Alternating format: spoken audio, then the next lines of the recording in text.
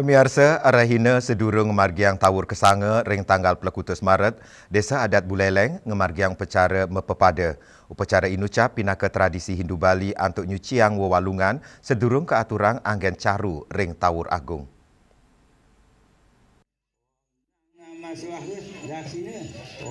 Kramapura Desa Adat Buleleng tanggal 17 Maret ngemargiang upacara mepepada wenten selikur ukut wewalungan sane pacang kesucian ngawit saking godel, kambing, kebu, bawi, asu, miwa mekudang-kudang soro ayam, itik, miwa angse.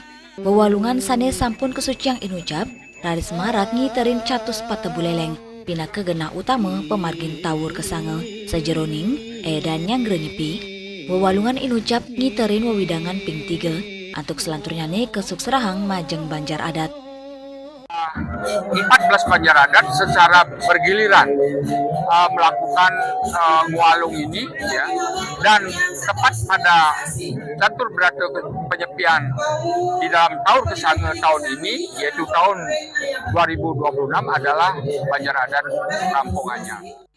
Tradisi mepepada sampun ngawit memargi Duksyu Doma Sasur tur dados pahan resta kauripan kramo ring Desa Adat Buleleng. Yasri Yuli, Bali TV.